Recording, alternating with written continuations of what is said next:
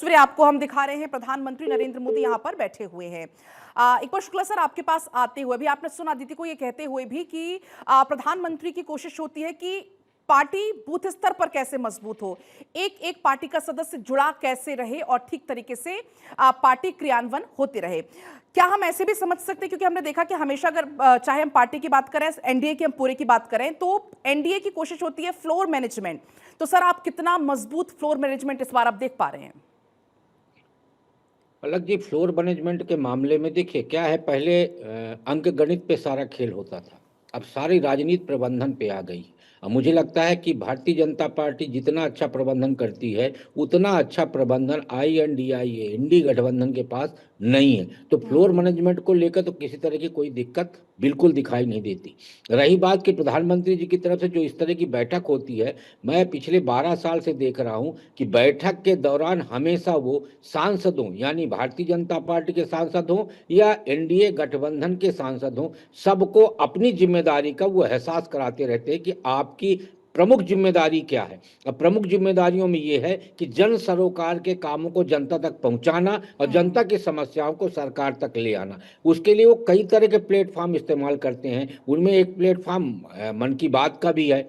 तो इस तरीके से प्रधानमंत्री जी का जनता के साथ जुड़ाव और जनप्रतिनिधियों का भी जनता के साथ जुड़ाव रहे। जो आप वार्ड लेवल या मंडल स्तर की बात कर रही हैं, ब्लॉक लेवल पे, बूथ लेवल की जो आप बात कर रही हैं, तो कनेक्टिंग कैसे बनी रहे और वही कनेक्टिंग जो बना के रखा जाता है, यानी प्रधानमंत्री जी के मंत्र पे जो काम चलता है भारतीय जनता पार्टी पे, वही उनके जीत का मार्ग प्रशस्त करता है। इसलिए फ्लोर मैनेजमेंट चाहे बूथ स्तर पे हो या फ्लोर मैनेजमेंट आपका पार्लियामेंट के अंदर का हो, भारतीय जनता पार्टी आज की डेट में बहुत मजबूत स्थितियों में है। पलक जी।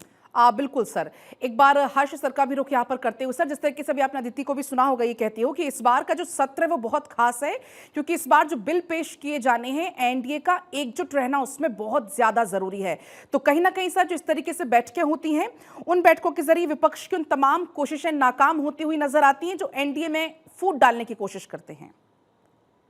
देखिए, मुझे नहीं लगता कि कहीं पे भी एनडीए में अभी तक गठबंधन की कोई भी ऐसी कोशिश कामयाब हुई है जिसमें वो एनडीए में फूट डाल पाए हों। क्योंकि आप ये देखिए, अभी तक जितने भी मसले रहे उसमें एनडीए एकजुट रहा है।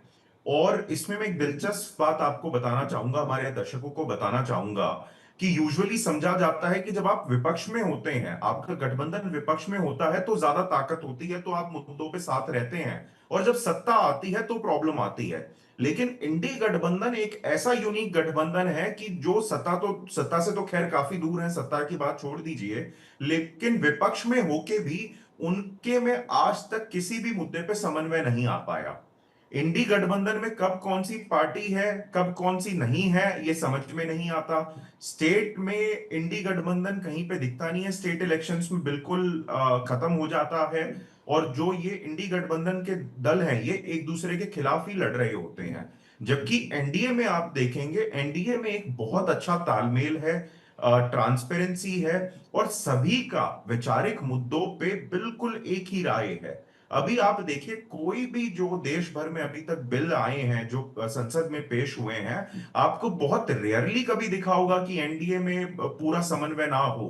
तो एनडीए का जो समझ है, जो एनडीए का पूरा यूनिटी है, वो अपने आप में एक दाद देने वाली है। और बिल्कुल सही बात कही शुक्ला जी ने कि एनडीए का जो प्रबंधन है वो बहुत ज्यादा स्ट्रांग है। अब खेल सिर्फ नंबर्स का ही नहीं रहा, मैनेजमेंट का रह गया है।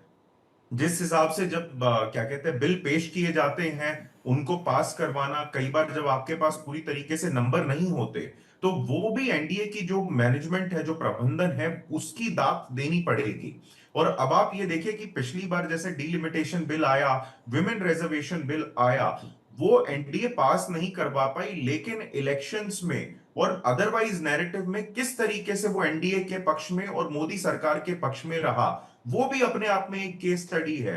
कि चलो हम बिल नहीं पास करवा पाए, लेकिन कम से कम जो आम जनता है, आम जनमानुष है, उसके मन में ये हो गया कि विपक्ष देश में जो अच्छे बदलाव मोदी सरकार लाने की कोशिश कर रही है, जो विमेन को उनका अधिकार दिलवाने की कोशिश कर रही है, उसके खिलाफ विपक्ष खड़ा है।